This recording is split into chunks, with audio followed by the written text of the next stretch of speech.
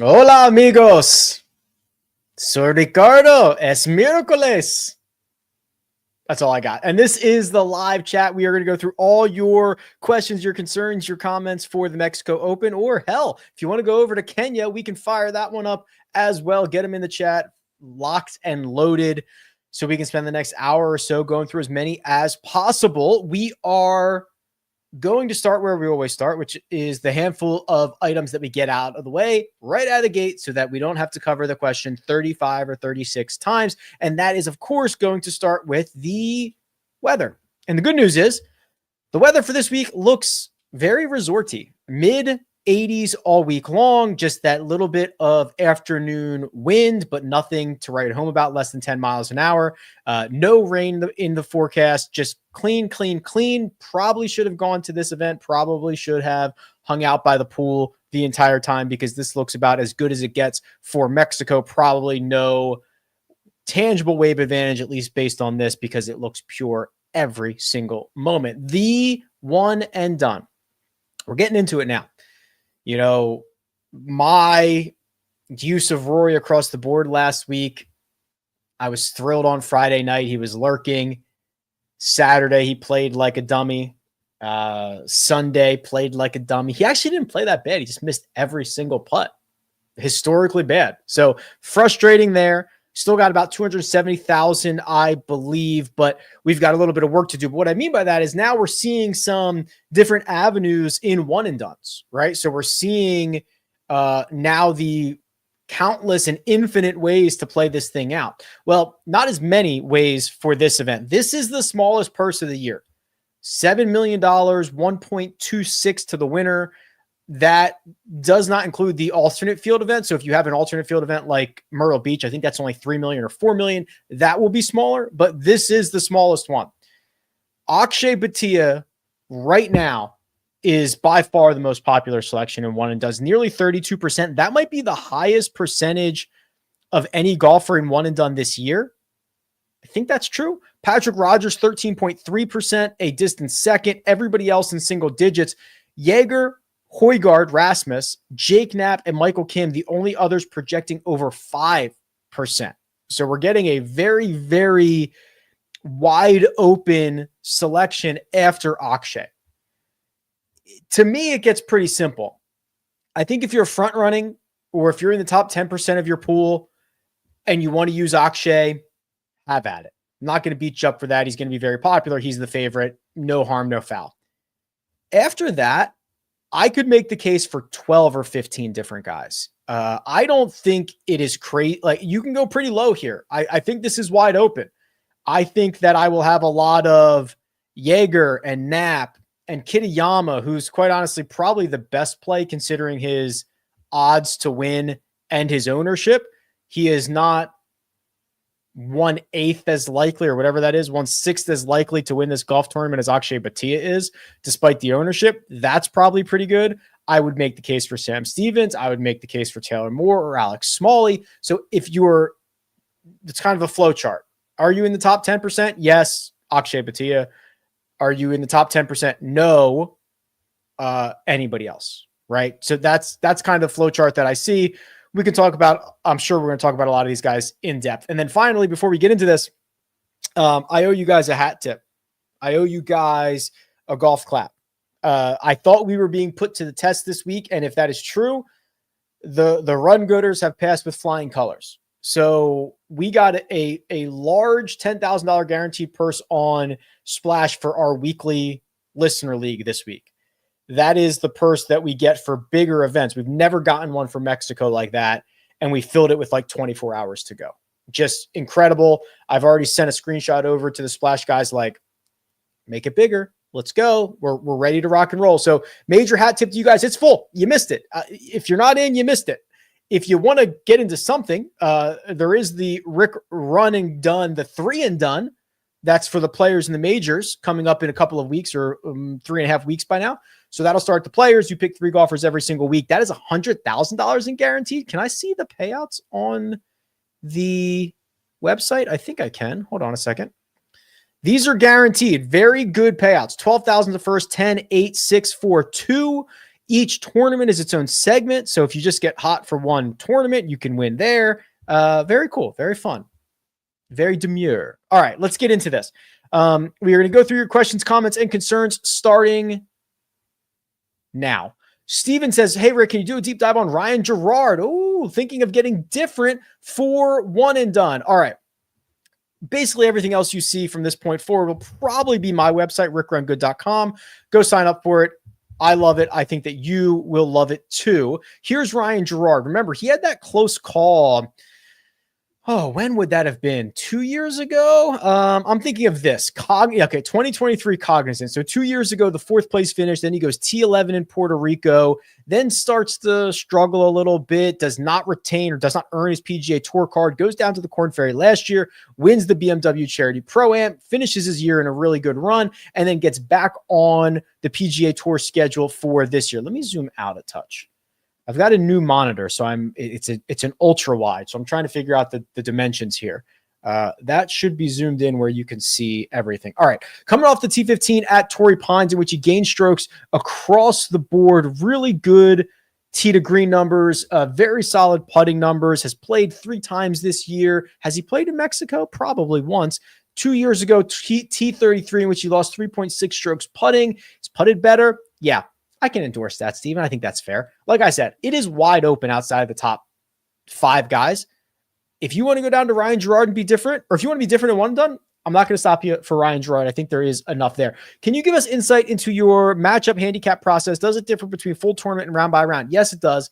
It's actually been quite good. I've been on a very good run here in 2025, trying to put a larger percentage of my exposure into head-to-head matchups, 4-round matchups. A lot of it, Andrew, kind of starts with this tool right here. There's a reason that I made this model, the head-to-head betting matchups tool on rickrungood.com. It allows you to plug in any number of rounds and any 2 golfers and pit them against one another, or it allows you to do a 3-ball and pit 3 golfers against one another and get a general idea of what the money line should be, what the percentages should be. So this is kind of where I start. There are definitely some adjustments that I'll make depending on the tournament, depending on some gut feels, but this is a really good baseline. The round by round stuff is probably a bit more data driven because I just do a lot of bounce back stuff, which I think you'll see.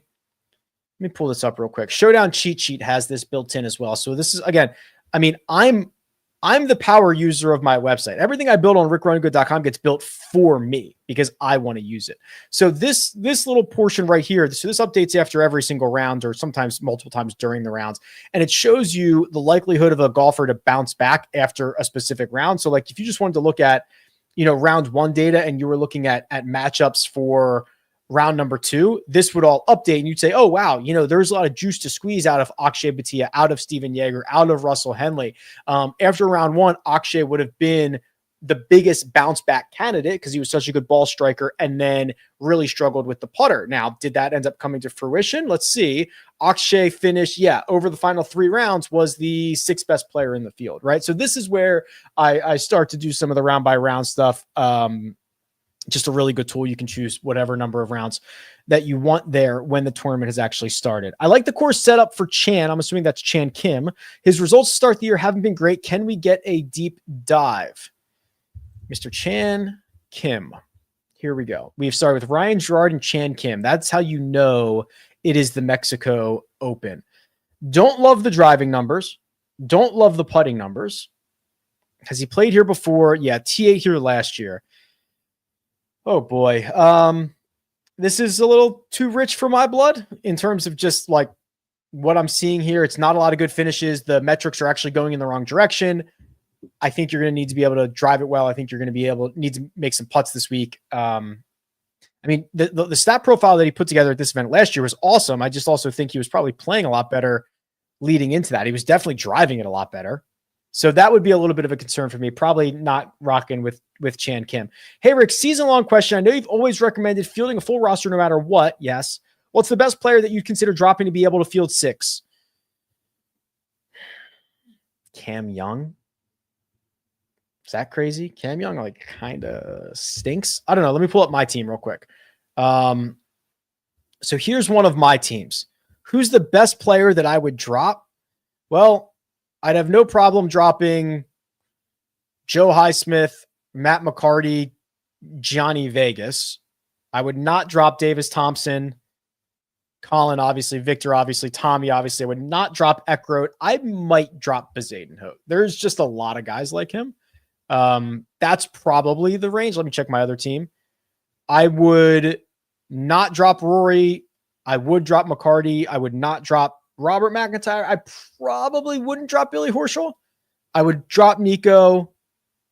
I would probably drop Bezadenhout. Those are probably the best players. Hey, Rick, love the content. Thank you, Andy. Is there any hope for KH Lee this week? Let's find out. It says T9 recently at the Farmers. Probably helps if I spell his name right. There we go.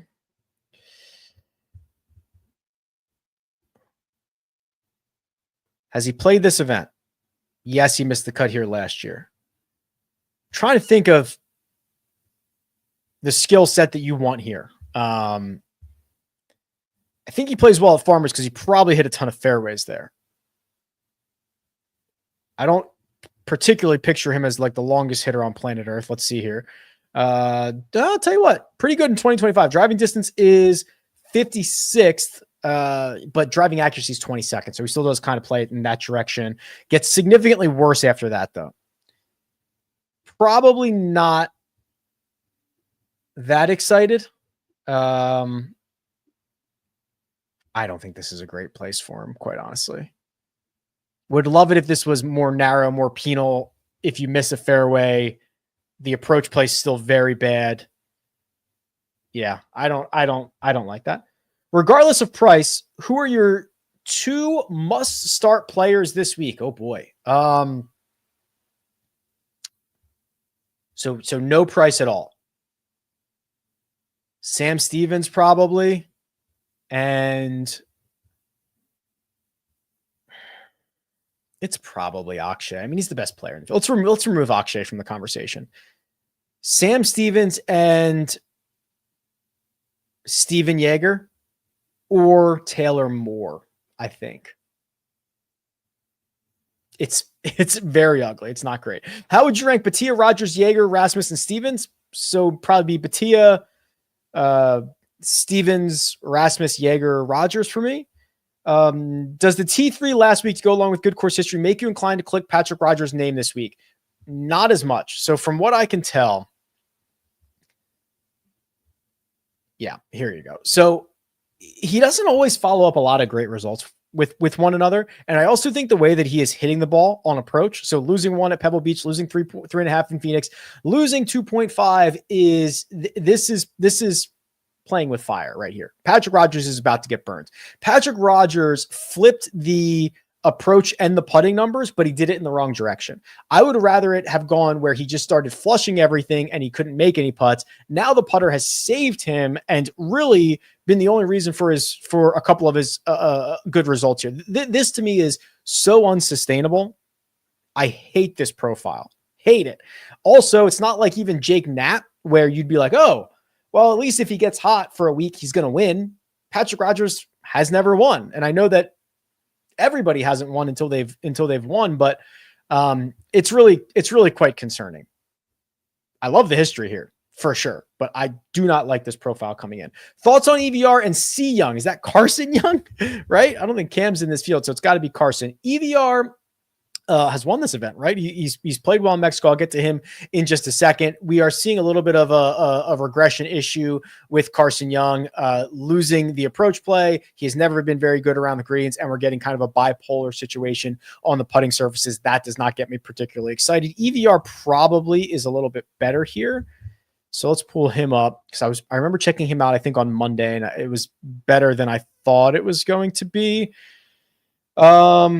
Maybe it was not EVR that I'm thinking of. So his 2025 has not been good. He's missed 3 out of his last 5 cuts. There's no real horrible missed cuts here. Most of them are either by a shot or 2, and he's at least picking up in the 2 ball striking categories.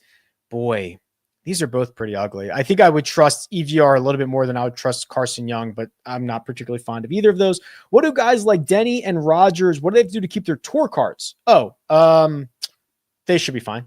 So without winning, it's what, top 100 now on the FedEx Cup standing. So I'm sure they're both going to be very fine. Denny's kept his card. I mean, both these guys have kept their card for a really long time. So just top 100 in the FedEx Cup standings or win. But assuming they don't win, which is what I think that question is. Ludwig was my highest pick grade on Pool Genius last week. Yeah, he ranked very highly for me as well. I should have split him and Rory. Here's my Pool Genius for this week. So this is a lineup where I have $2.5 million in the Rick Run Good contest on Splash. So this is my best entry in that contest. So it is giving me Akshay as pretty much by far my best grade here. He's a 95 out of 100, but it knows he's going to be very popular. But because I am in a good position there, it does not care. So when you look at this, you look at Kurt Kitayama and the implied odds in the betting market. He is going to win 1.8% less frequently. Nearly 3% of the time. Akshay is going to win about 4.5% of the time, yet their ownership is going to be drastically different. Kitayama at 4.7%. Akshay at 32%. So if you're looking to make up ground, it's like pretty objectively bad to be playing Akshay, right? Especially with the other guys here. And I hate saying stuff like that because I know it guarantees Akshay is going to win this, but you're looking at 1.5%, maybe a 2% difference in outright win equity and guys that are going to be a fraction of the ownership. So in this lineup specifically for me, and again, this is why you should sign up for this tool. This is the tool that I consulted on. We get the best discount available. There's a link in the description. Love the guys over at Pool Genius. Going to be using their March Madness stuff coming up soon. So you can probably use my link to get the March Madness stuff as well at the discount, because that's going to be very vital as we get closer to that. But then you see there's a lot of guys here. So there's a 6-point difference between Akshay and Rasmus. And then there is a 6-point difference that covers Rasmus, Kurt Kitayama, Harry Hall, Sam Stevens, Steven Yeager, and Aaron Rye, all of those guys. And then just 4 more guys within another 2 grade points. So wide open after Akshay. The model thinks so as well. Can you do a deep dive on Sam Stevens? Yeah. So I'll just tell you, I've bet Sam Stevens this week. I think Sam Stevens is probably my favorite play. I'm sure I said this on Monday. He has played more golf since the start of the fall than anybody. That's not an exaggeration. He's played 52 rounds. There's nobody else who has played as much as he has, but he's played really well. Let me pull this up for you. So normally you see guys who play a lot out of necessity. That's not really what's happening here. So let's see. The fall was like September 9th-ish. Sort this by everybody in Mexico. Yeah. That's 2024. What am I missing here? Do I have some type of filter on? Stand by. I was messing around with this earlier. You have 2025. Oh, good call, Mina. Thank you, Mina. There you go. I only had 2025 selected. Here it is. The 52 rounds since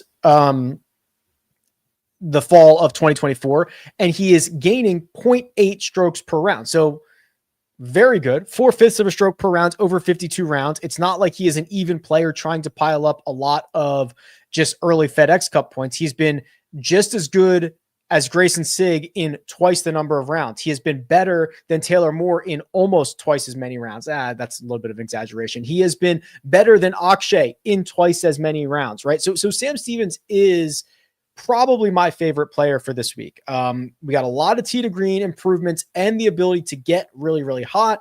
It's working with Joe Mayo, which I know sometimes gives guys that immediate bump when, we saw it with Michael Kim, we saw it with a lot of guys, might regress at some point, but I think that there's enough there to be very interested in Sam Stevens. I'll be using him in some one and dones. I'll be using him a lot. Talked a lot about these guys already, Josh. So I think what I'll do is I'll give you the beat on Kurt Kitayama, because we kind of mentioned the other guys, and then we can move on here. So here's Kurt. I'm generally positive about this. So I think in the fall, I was probably, if he had not played in 2025, I think I'd be an 8 or 9 out of 10 on Kurt Kitayama right now heading into this week. Because he has played, he's probably a 7 or 7.5. It's not that he's played poorly, he just hasn't played as well. So you can see it. The results from the end of the fall, 25th, 9th, and 5th, was really good off the tee, was really good on approach, was really good around the greens. Then to start 2025, it's a bunch of mid, as the kids say, finishes, and everything's just a little bit worse. It's still good. It's just a little bit worse. I think he gets a big bump from playing in this field. He gets a bump from his T2 here in 2022. So I'm still going to play Kurt in some one and dones. I still think he's very interesting, but I would have been more excited if he had not played in 2025 yet. Can you do a deep dive on Joe Highsmith? Yes, I'm certain he has just lost the putter. And now he is probably unplayable. Yeah. So this is the problem here. Great ball striker, great tee to get green player, historically a horrible putter. He fixed that, and now it is gone again. And now that it is gone, we're getting nothing. So the break to end 2024 was not good for Joe. He's lost all those gains, and it seems to be seeping into the rest of his play. I think he's probably unplayable until we see something different. Harry Hall, similar concerns here, Marcus. The Harry Hall stuff is that he went the opposite way. He was a great putter and found a lot of ball striking gains, and then has not really been able to recapture those since coming back from Hawaii. Has lost off the tee pretty significantly in his last 3, has lost on approach in 3 out of his last 4. That was the part of his game that he had plugged up. And because I think it's going to be so important for this week, it's hard to get back to Harry Hall. Vincent Norman. I saw a couple of Vincent Norman questions here. He's one of the names that pops into my head when I think of Bomber's Paradise. He does move it unbelievably. Look at the driving numbers here. He's picked up strokes off the tee in 4 out of 5. I do like his upside. Remember, he's got 2 wins. You probably don't remember that. So he won Irish Open 1 year, 2023, and he won Barbasol. So he's won twice. He won twice in a 2-month span back at the end of 2023. I like that he has this ability to get hot on approach. The putter's miserable. What happened at Sony? What happened at Waialae, where he broke a streak of like 20 losing putting weeks in a row, and he picked up 6.5 strokes putting and then immediately regressed back again? That's the concern here. I would let it slide if he was like a 0 putter, but you can't lose 7 strokes putting and 2.8 around the greens and expect to contend ever. Top 5 off the tee players this week. Well, let's just go to the cheat sheet and sort by strokes gained off the tee. Aldrich Potgieter, Alejandro Tosti, Nicholas Norgard, Taylor Moore, Kevin Yu. What's your favorite poker game? No Limit Texas Hold'em, or double bonus video poker is, or actually Ultimate X bonus streak, not Ultimate X regular. That's a garbage game. Ultimate X bonus streak, much better. Splash Sports tiers. I got to put my picks in. Tier 2 is Smalley, Rogers, or Michael Kim. Tier 5 is Lanto, Van Rooyen, Carson Young, or Hoey. Tier 2 is probably Smalley. Tier 5 is probably Lanto or Hoey. Last week's optimal lineup was 48,200. Yes, I know. I put it in my newsletter for this week. 100% free, links in the description. Get in the newsletter. So I always open up the range. When I run models on rickrungood.com, I open up the salary range to like 42,000. And then I add a lot of randomness in. The optimal lineup is rarely ever close to $50,000. Rarely. So I make some pretty wonky lineups outside of that. Do you think we could use Torrey Pines as a comp for Mexico this week? The only thing that I think would be different is that, or the only thing I think would be similar is that they're long golf courses and distance helps. Although massive difference between the penalty for missing the fairway at Torrey and missing the fairway here at Vidanta World. This is wide fairways, very non-penal rough. Torrey is narrow fairways, very penal rough. Would Chris Grotter Goddard be a dart throw in GPPs? Well, let's see what he's been up to.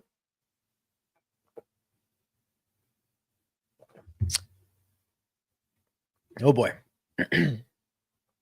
I don't care that he's bad around the greens, but I care that he's giving back all of his gains that he gets from his best weapon, the driver, and then some around the greens. That I have a problem with. I also have a problem that he can't putt. I also have a problem that he's not a very good second shot player.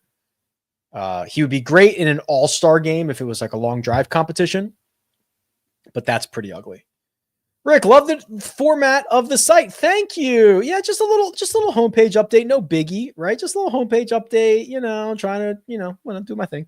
For Rick Run Good PGA Fantasy League, are you still doing a random prize draw? Of course I am. Second, so you can still get in this. So I said at the end, or I said before the year started, that for anybody who beats me on the leaderboard, I'm going to put your name in a draw and give somebody $500. Let me see how many people are currently in that position. I think it's like 200 people. So, So 1,100 people got in. Can you see this? And I'm in 231. So if the season was over right now, I would go and pool all the people on the leaderboard above me, and I would put them all in a draw and give $500 to somebody.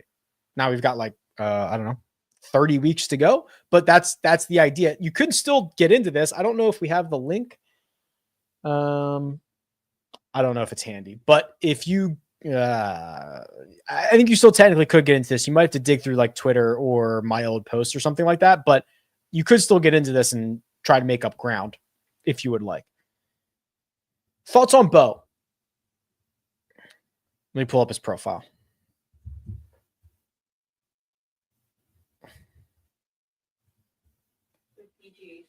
Yeah. PGA Tour Fantasy. Yeah. Armin is going to put the link in the description if you want to get into the PGA Tour Fantasy League. Here's Bo Hostler's profile. Very, very good putter. Love that. Around the green. Okay, good. Saves him a lot of times. I don't hate this, and I'll tell you why. So he's a very good driver, but he's lost a lot of strokes at Pebble and in Phoenix. Those are pretty penal places if you're going to be bad off the tee. Pebble is a completely different golf course where you have to just hit, drivers taken out of your hands a lot, and it's a positional golf course. I don't mind that. And then Scottsdale, if you're just a little bit off and you're playing out of the desert or whatever, or you're hitting it into the water, that's a concern. This is different, right? This is resort golf, wider fairways. The rough is not so bad. Just make sure you don't hit it in the water. I think I can see a path for him being better with the driver this week. And if that's the case, then he's a pretty good play. So that's kind of my argument there. I saw a couple for Ben Coles. We will lump those all together here. God, he's just really, he seems close, doesn't he? He seems close. Has never lost the driver. Approach play was good until the American Express. Has always been bad around the greens. Putter's kind of coming around. Not yet for me, but we're getting there. I think the Florida swing will be better for him, right? Get him home to Ponte Vedra, get him home to Florida, get him on those Bermuda grass greens. I think we're close to Ben Coles, but probably not for this week. Hey, Rick, your videos are a staple of the week. Each week you promote the Splash System League, but you never do a review of the results. That's true. What's the chance of adding 2 minutes for lessons we learned from it? The reason I don't do review is because when I've done review in the past, people don't care. And it shocks me. It really surprises me because I've said this a million times. I come from poker where review is like the only thing. And it surprises me that people just don't care. Yeah, I mean, I'll think about it, but I don't know. We did the Carson Young stuff, Andrew, but appreciate your support. Says since 2019. That's awesome. Thank you very much. I'm thinking about Kevin Yu as top Asian. Should I be worried about CT Pan or others? Only about 6 or 7 in this field. Kevin Yu, for me, is probably the best. We looked at Chan Kim's profile earlier. I think he'd probably be in that conversation. CT Pan on a big boy golf course like this. I mean, look at where he finds his success, right? Zozo, narrow and penal off the tee. Sony, anybody can contend there because you don't have to be long. Phoenix, again, if you keep it in play, you're good, and he still only finished 57th there. I think this is just like too big of a golf course for him. Maybe I'm wrong, but I don't think so. Good afternoon, Run Gooders. Hello. Who is the producer's pick of the week? I know who she wanted to go with, but she's chickening out right now. She said she's embarrassed after last week because Gary Woodland missed the cut. I liked Gary Woodland last week too. No, but I have. Who are you going with? She said Victor Perez. Now, let's just look at Victor Perez real quick. She said that, and I was like, I didn't even know Victor Perez was in the field. He's $7,300. He's missed 3 out of his last 4 cuts. It's a very good putter. All right, that's Armina's pick for the week. Hey, Rick, doing some modeling on Rick Run Good. Can you explain a bit what goes into the buckets for course types? Would Vidanta Vallarta fit into the long courses and the easy courses? Okay. God, I don't have this in front of me, but it is, there are set distances. I think it would definitely be on the long side because it's a par 71, 7,400. So I think it is for par 71s, I think it is anything over 7170 or something like that is a long golf course. And then for easy courses, it has to play a certain and it's also by tournament year, right? So one year if it plays hard or easy, they're not lumped together. So it depends on the year scoring. It would have to play I think it's a stroke under par or more. I would have to look into this for you. I've wrote those rules a while ago, but I would have to go look into that for you.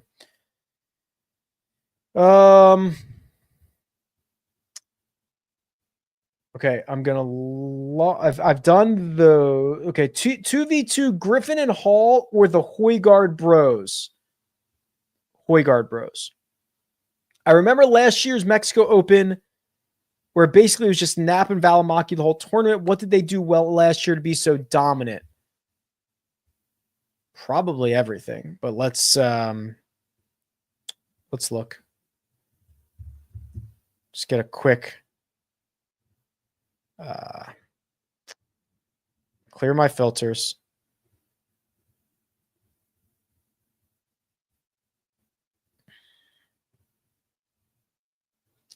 Here we go. Well, Jake Knapp picked up 11.6 strokes ball striking, by far the best number in the field. Sammy Valimaki was a little bit more, should I say, well-balanced. Picked up 6.5 on the ball striking categories, another 5 with the putter. I do wonder if that is Sammy Valimaki's. Oh, wow, no. I was going to say best putting week ever. No, he just picked up 5.7 at the farm. It was probably his best ball striking week ever. My goodness, look at this. Not very good. Oh my gosh, he lost 11.6 at the Nedbank. Yeah, that's probably not going to happen again, but little just looks like they ball struck the heck out of it. Rory's weekend putting performances had me thinking, what's the worst split that you can remember from a player between elite tee to green and horrendous putting? Yeah, Scotty, that memorial for Scotty, right? Wasn't it like, let's figure it out here. So let's just do like the last, let's go back to 2020. Best players from tee to green. I'll just do PGA Tour just to quick speed this up a little bit, considering I've got my screen recorders on and this will take a second to load.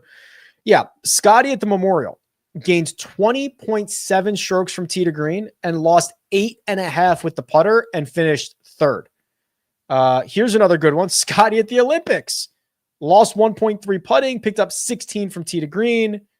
JJ Spawn at Barracuda. Scotty Scheffler at Charles Schwab. Cameron Young at the Open Championship. Luke List at the Travelers. That's a fun game. Did I do Kevin Roy yet? I thought I saw that. Maybe I'm looking at the same question twice. Let's do Kevin Roy.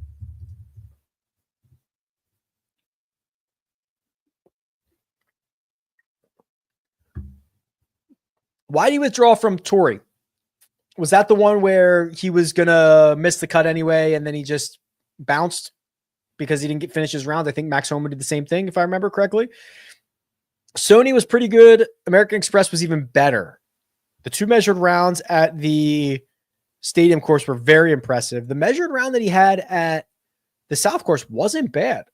So he's played pretty good golf on some difficult courses as of late. Finished his Korn Ferry year in good form.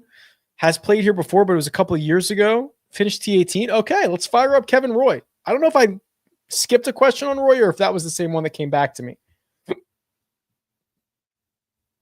Max McGreevy has 2 Korn Ferry wins along with 5 top 5s. What does he need to do? What do you think he needs to do to contend? All right, well, let's look at this together. He's missed 3 out of his last 4 cuts, and he withdrew. So basically 0 for 4 in getting to the weekend. It looks to me like his driver is a weapon. It's very accurate. So first off, he would need to do that. Unfortunately, I don't think it's going to gain him all that much. He's also not very good in some of these wedge buckets. He's not doing much here, is he? Wow. Unfortunately, he probably has to do a lot. He's going to have to pick up strokes off the tee, but he's going to have to do it in a way that is accuracy based. So he's going to have to do that. Oh, God, he's probably going to have to pick up like 2 strokes there. Then he's going to have to be way better on approach across the board, which is a big ask. And then if he can do those 2 things, I'll take whatever short game result that we get. Just randomized short game result. I would take any one of those, but he's got to be like a +2 off the tee, which is going to be hard. And then he's got to be significantly better on all approaches. Jay says, hey, Rick, can we run a model for long, wide open courses, 20 strokes gain? Okay, 20, 20, 40, 10, 10, 10, 10. Okay, so let's do this. Number of rounds, I'm going to do 36 because I don't think you specified.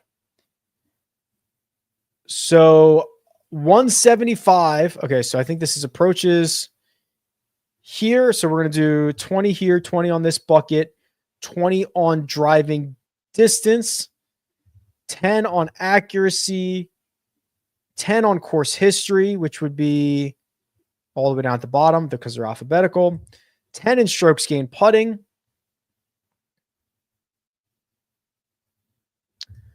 and 10 on birdies or better. This is Jay's model.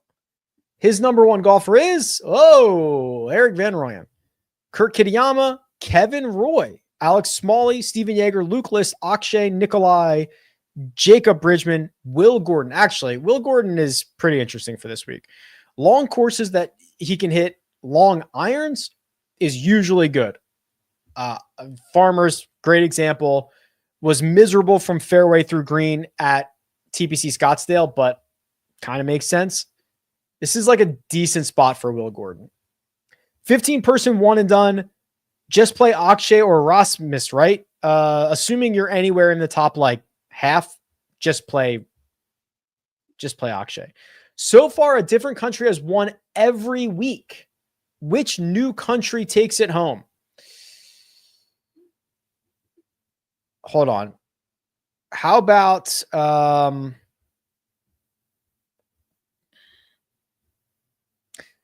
Nicholas is from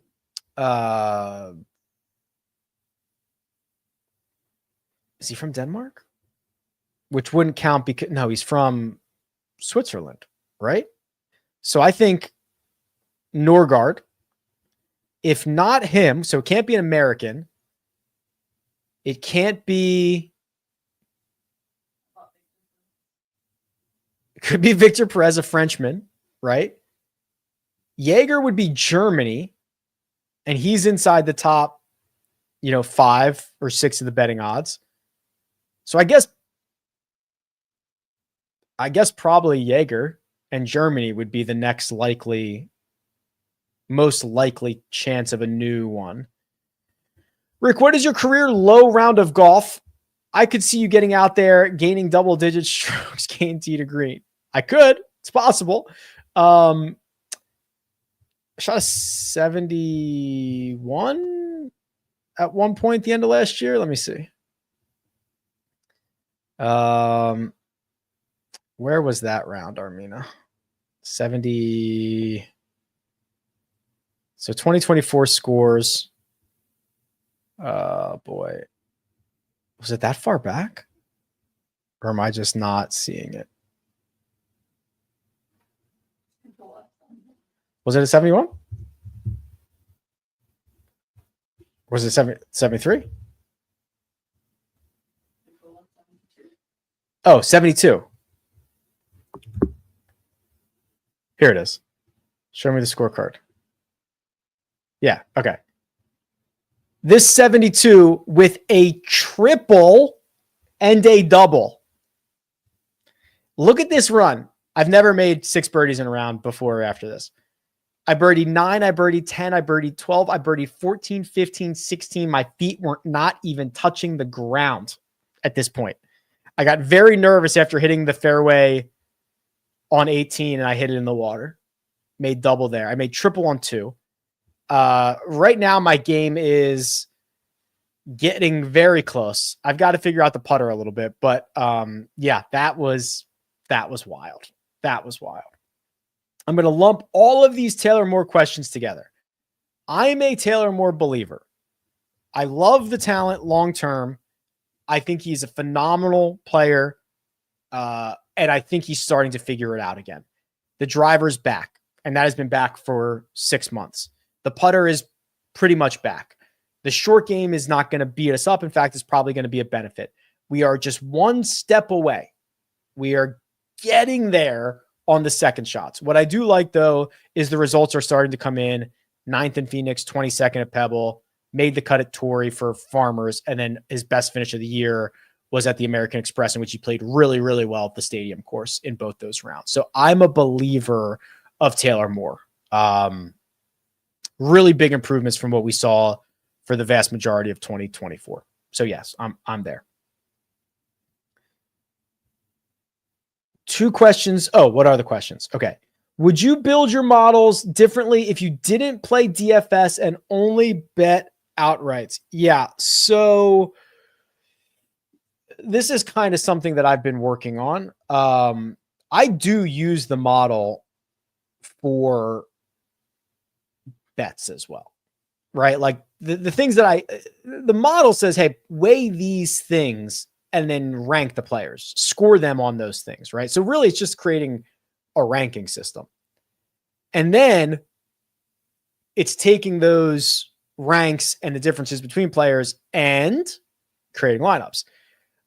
What I think the next iteration would be is just it allows you to make betting cards, right? Like you would also put in, I want to bet 3 golfers, or I want a high risk, high reward. And it says, okay, here are some options for you. Here's my budget for this week. That's, I think, would be a very logical iteration to this. So I probably would not run the model any different, but I do think that the risk tolerance would be different, right? You know, if I run a model and Eric Van Rooyen's like 300 to 1, that might not be of interest to me. But if I want somebody who's very likely to be in the mix this weekend, Kurt Kitayama seems like it would be very reasonable, right? So would not run a model differently, would use it differently. Is there any way to see who excels in weaker field events? Yeah, go to the Holy Grail.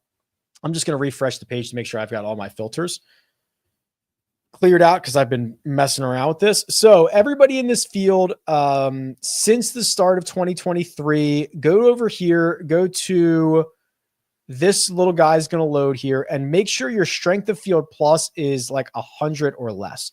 So 100 is average. So anything below 100 would be a less than average field. Padraig Harrington, well, he beats up on all the senior tour guys. Thorbjorn Olesen, Matt Wallace, Akshay Bhatia, Nick Hardy, Takumi Kanaya, Sam Stevens, Ben Coles. I'm skipping the guys that have small sample sizes, but those would be your best players in weaker fields. This is a super chat from Rugaru. Good day. Good day, you the man. Oh, you the man. You the man. Smash the like, etc. Small gift of thanks. Thank you. Questions to follow. Oh, okay. Questions to follow. Thank you for that. Always appreciated. Never required, but I guess I will stumble onto the questions later because I am behind. Would it be, what's the cutest you would get? I would get very cute in a one and done. If I'm not playing Akshay, I'm getting as cute as could be. I'm a cutie pie, total cutie pie. Would you do a deep dive on Justin Lowry? He's been good in the approach categories. Okay. Yeah, and I also think he's got a good record here, doesn't he? Am I misremembering? I unfortunately I don't think I can remember 140 play. Yeah, there it is. T3 2024 gained throughout the bag. That is what I remember. Unfortunately, does that look anything close to what we're getting right now? He kind of got, I hate when this happens, man. Good to finish at the American Express, but I think it was in spite of some bad play. He finished T3 there. It's not a great profile. He's not driving it well. Second shots are a little iffy. I do like some of the buckets though for this week. He's got some good. He's the exact reason of why these buckets don't make a ton of sense for everybody, because how can he's 30th from 50 to 75 or from 75 to 100. He's 143rd, just like probably small sample size. Same thing here, 100 to 125, he's 110, but from 125 to 150, he's 24th, but from 150 to 175, he's 92nd. The buckets are not good for everybody. If you see multiple buckets in a row, that makes a lot of sense. Justin Lauer is a little bit inconsistent here. Let's call it like a 5.5 out of 10. Not super excited. Wouldn't beat you up over it. Can we talk about the best? Actually, I'll get back to that. So what are the best first round leaders for this week? Okay, that's a good one. So let's go to the power rankings. Let's look at strokes gained distribution. Let's go to last 50 rounds across every tour. Sort by strokes gained total 5 or more. Oh boy, the guards, Norgard and Højgaard. Nicholas Norgard, Rasmus Højgaard, picking up 16% of the time, 5 or more strokes to the field. Hayden Springer.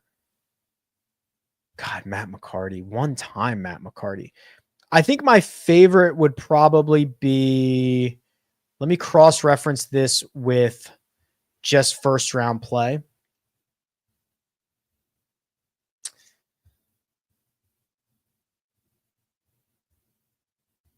I'll tell you what, I mean, Ryan Gerard.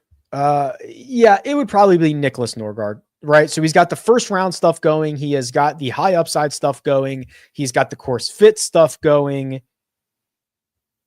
And he's probably a pretty good number at first round leader. Can we get a look at the best Paspalum putters? Yeah. So the nature of Paspalum is that it's mostly in places that don't have shot link.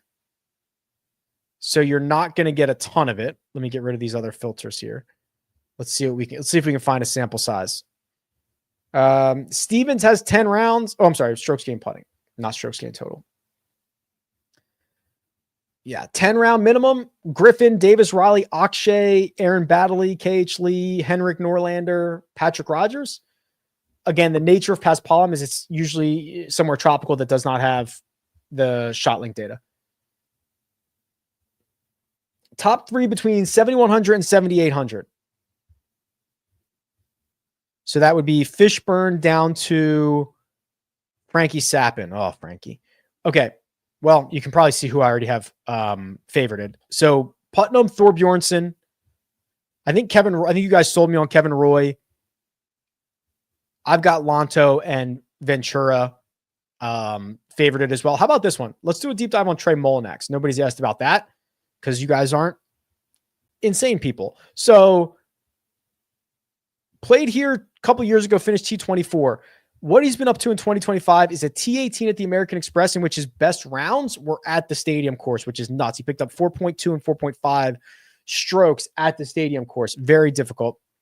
Got beat up at Torrey Pines. Sure. So does everybody. And then Phoenix was actually pretty good.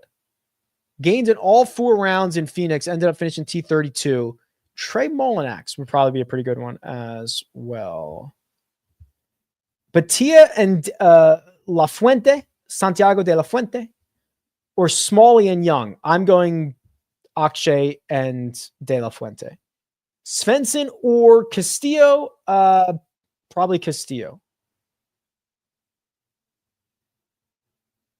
I do not usually do matchup parlays. Anything that has a parlays, I mean, it's bad.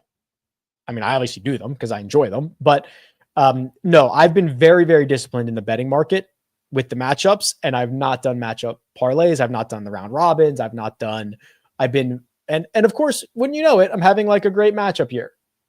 So it's a pretty small, I think I only have 5 or 6 matchups for this week. Last week was pretty big. I think I had 10 or 12.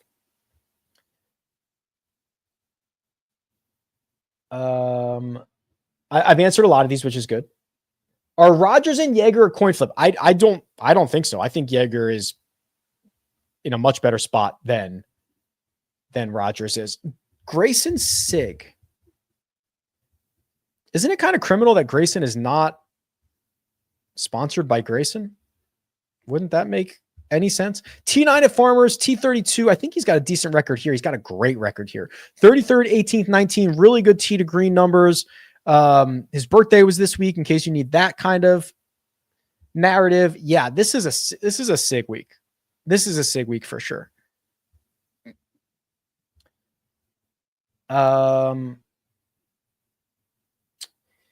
Yes, I was aware of this. So on Monday's preview model, I had Poa just on the brain from the weeks of Poa. And I put that in, just completely forgetting that this is a Paspalum week. So I don't remember what I ran on Monday, but I assume it was, let me try to rekindle this a little bit. I don't think I saved it. No, I should have. It was probably 10 on course history. It was probably, I want to do a little bit on bonus putting. I want to do weighted strokes gain total, because that is good for weeks like this. I want to do approach play in a pretty significant way. 25 there, or 20 there. Let's do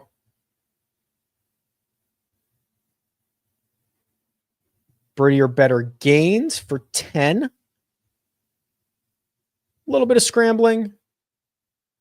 And 15 on fantasy points. This would be the model that I would run right now. Kurt Kitayama, number 1. Michael Kim, number 2. Sure. CT Pan, 3. Oh, great. Harry Hall, Bo Hostler, Justin Lauer, Alex Smalley, Charlie Hoffman, Thorbjorn, and Ben Griffin.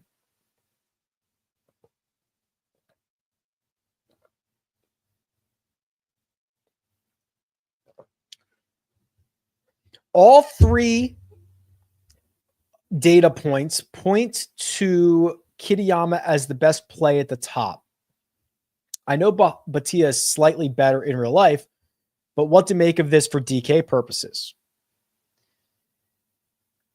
It doesn't really matter, I guess, what real life is. If we're only playing fantasy for this week, you get a discount, right? So you get a discount, which opens up the ability to improve at least marginally the rest of your lineup. I think Kitayama's, what did I say he was earlier? Like an 8 out of 10? Something like that. Best countdown on YouTube. Armina would love to hear that.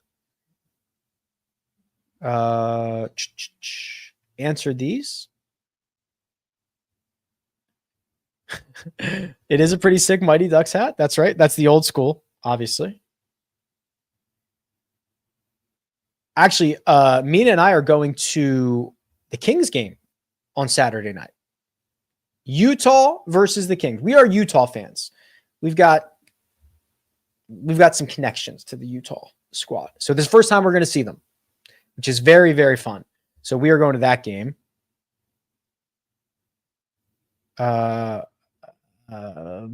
Beefarino is the answer to that question, Greg.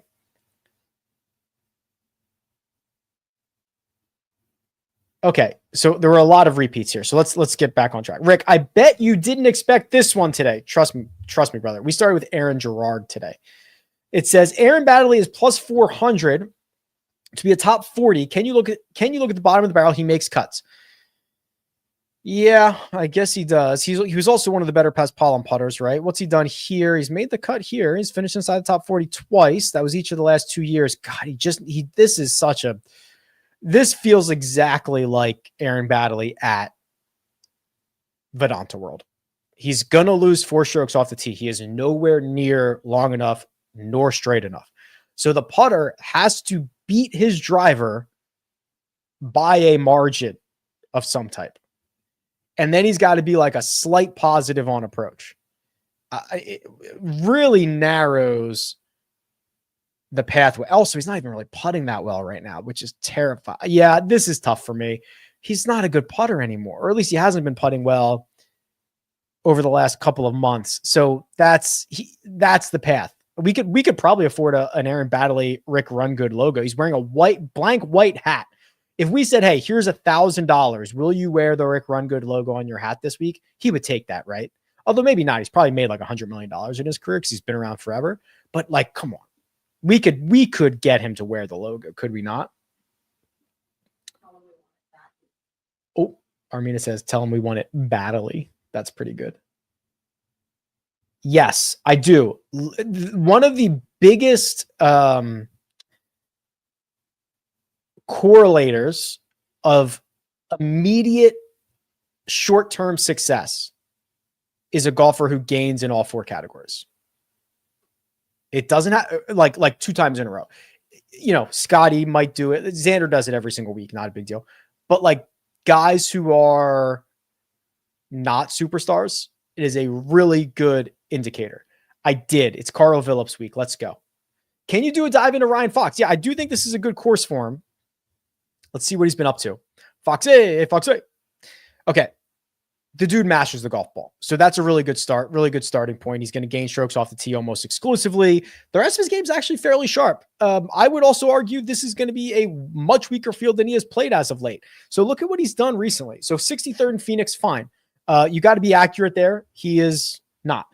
Raouz Al Khaimah, T27, awesome week statistically. Dubai, T10, stacked field.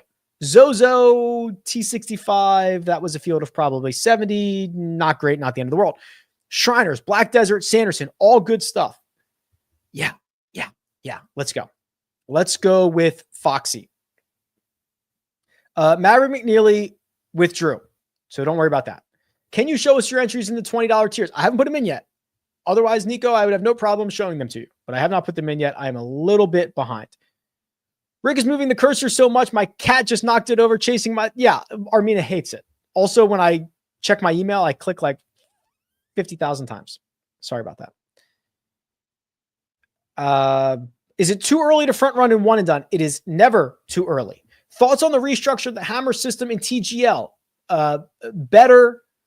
I think, okay, it is better that each team has X number to use.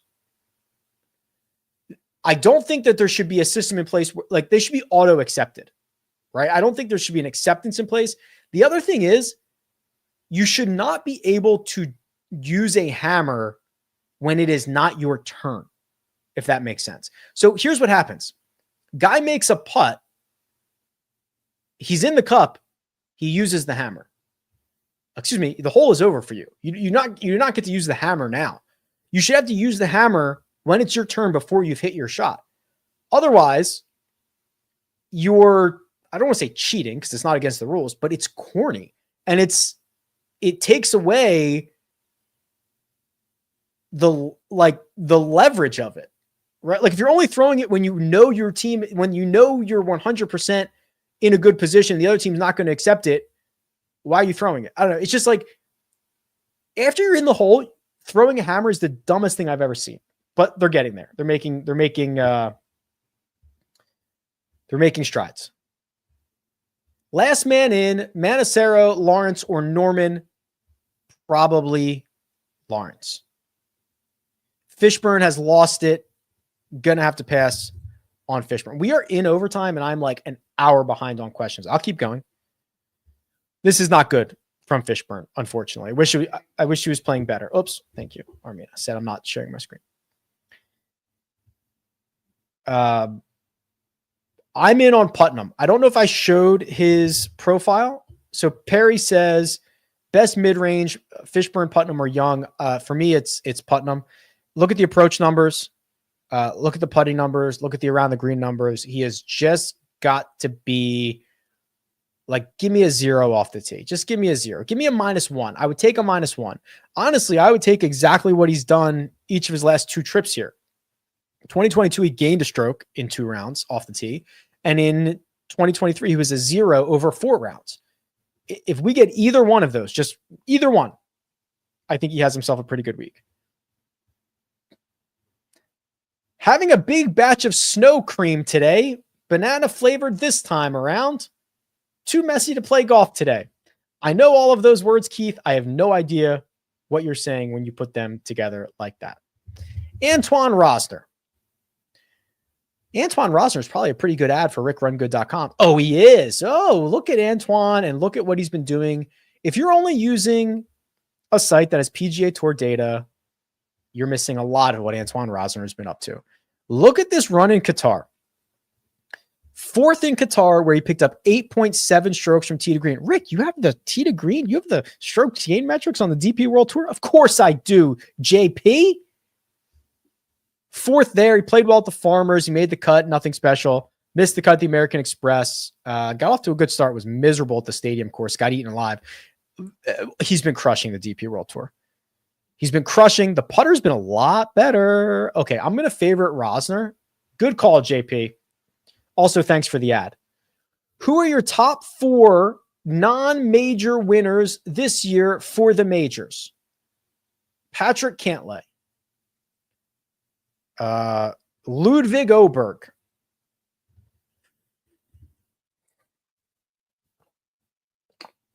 I want to say Victor, but I'm trying to think if there's anybody else that could. Oh, Will Zalatoris?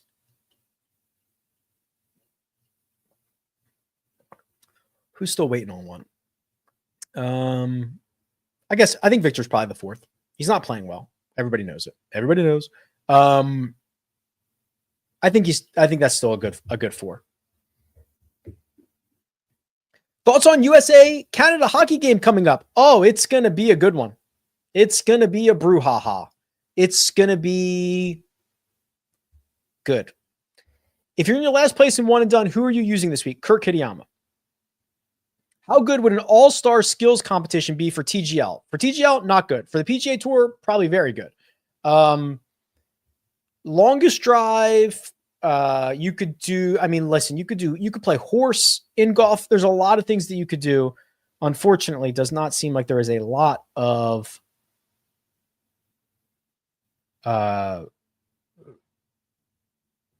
momentum there. De La Fuente. Santiago De La Fuente. Here's the De La Fuente story. I love global golfers. I love golfers who play everywhere, take their opportunities, play decent enough. Played well in the Philippines, played well in India.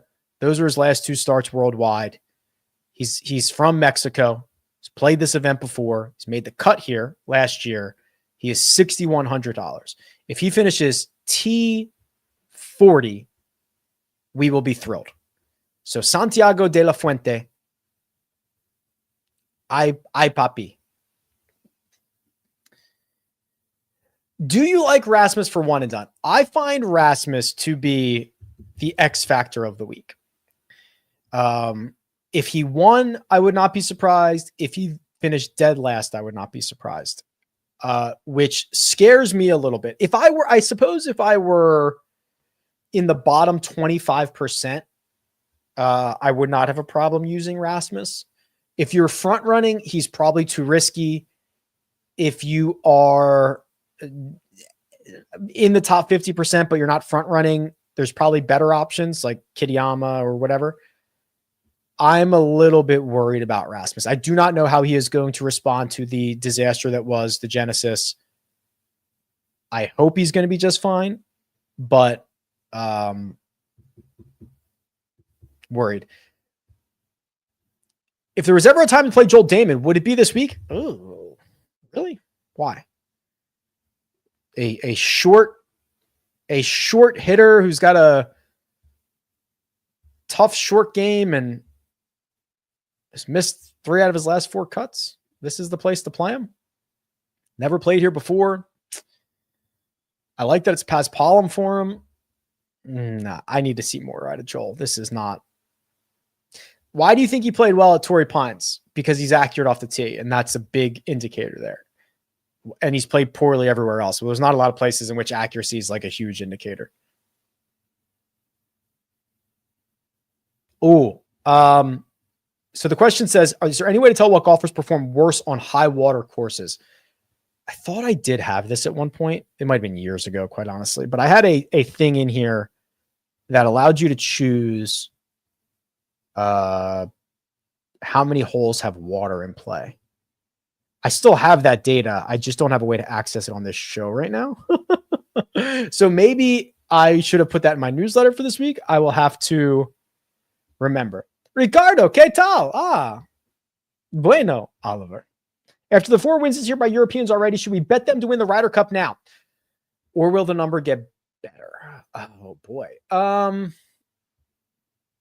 What would have to happen for the number to get better? You'd have to get probably some American. So I guess you should wait, because what I think, let me think about this.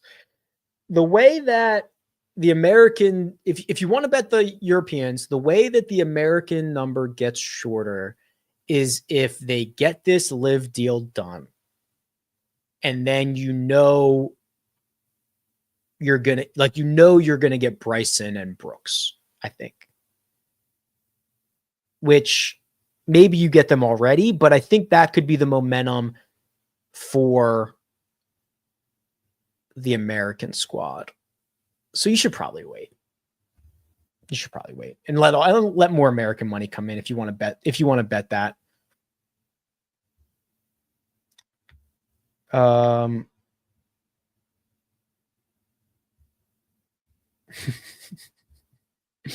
Talked about a lot of these guys, which is nice. Any reason to trust and go with Sappin? Unfortunately, probably going to have to wait. Olesen, Moore, or Knapp? Moore for me, then Knapp, then Olesen. Unreal hat. I know, it's sick, right? I just got it on the internet somewhere. Probably 47. Most of them are 47 brand, right? So probably 47brand.com or whatever it is. Are you still doing giveaways for the newsletter subs? What is it? What's the giveaway for newsletter subs? Well, we already did it. Oh. Did we do it? I think we might have already done it. I don't know what the active one is, Mitchell. You'll have to refresh my memory. But if we have ever said we're going to do a giveaway, it's already been done and mailed out. I've gone to the post office like a million times in the last couple of months. The only one that I think is outstanding right now is the PGA Fantasy. If I'm wrong, let me know, but we're usually pretty good at keeping up on that. Oh, finally, someone asked about the DP World Tour. Okay. If you go to rickrungood.com and you go to the Magical Kenya Open, here are the 2 bets that I have made for Kenya. Eugenio Lopez Chikara. Brandon Robinson Thompson.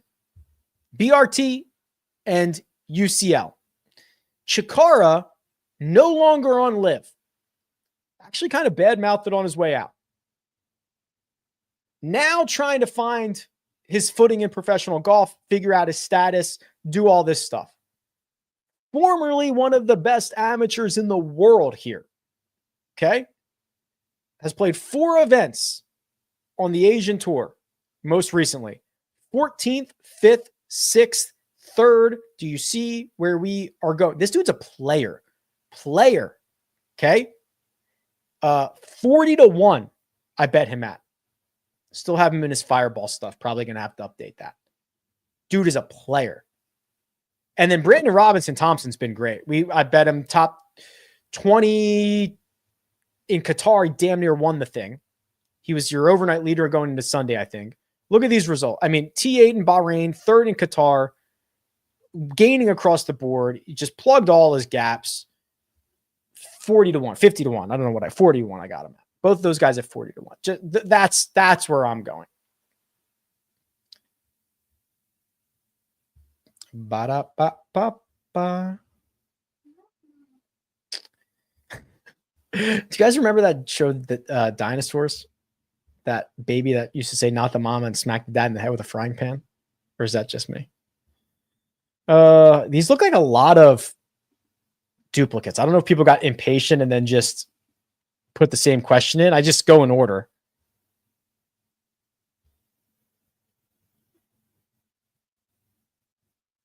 Yep. Still good on Putnam. What's the most valuable part of the Rick Run Good website? Oof, boy. The thing that I think is really valuable, like I like this, the course key stats. It's probably the calculation that I'm most proud of. You know, the model to find the types of golfers that have success, not who had success that week, because it's the same stuff. This is a very well thought out, well executed tool, in my opinion. So that's one of my, when you talk about pure value.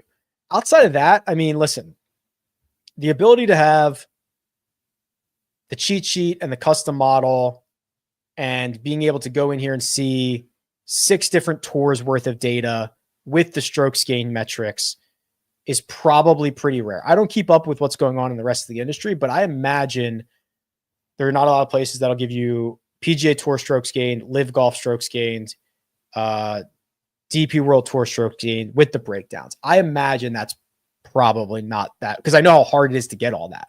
So that I could go on and on and on, but that's probably my favorite stuff. I will probably get access to Michael Thorbjornsen in tiers and stuff like that. I know he was here in Orange County, actually getting dialed in for this week. So he was here a couple days ago. He's again incredibly talented. Has not quite put together a polished result lately, but just very, very, very, very good. I will take I'll take him in some tiers contests.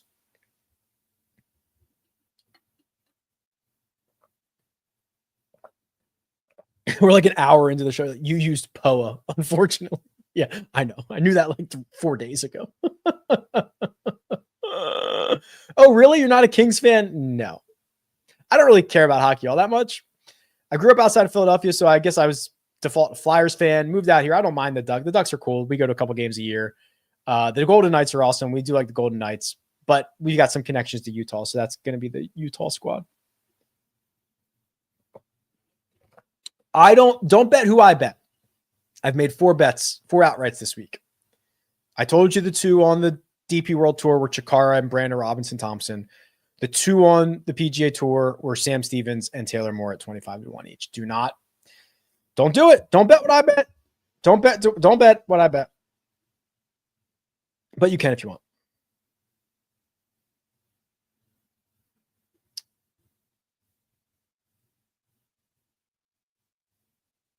Okay. I think I'm going to stop us there. I think I'm going to go eat lunch. Okay. Big thanks. We did a lot. Over an hour. We rolled through. We filled the splash thing. I didn't even have to beat you guys over the head for it. If you want to go get in the 3 and done for the players and the Masters or the majors, have at it. We filled the Mexico with 24 hours to go. We got a clean week of weather. We did the 1 and done. We're rocking and rolling. Newsletter for this week has already been sent out, but you can go read it and check everything else out. rickrungood.com/newsletter or the link in the description. Go sign up for rickrungood.com. It is the greatest thing ever created, according to my mother, and probably others as well. Okay. I think we're going to do it. I think we're going to say goodbye and we're going to shut it down.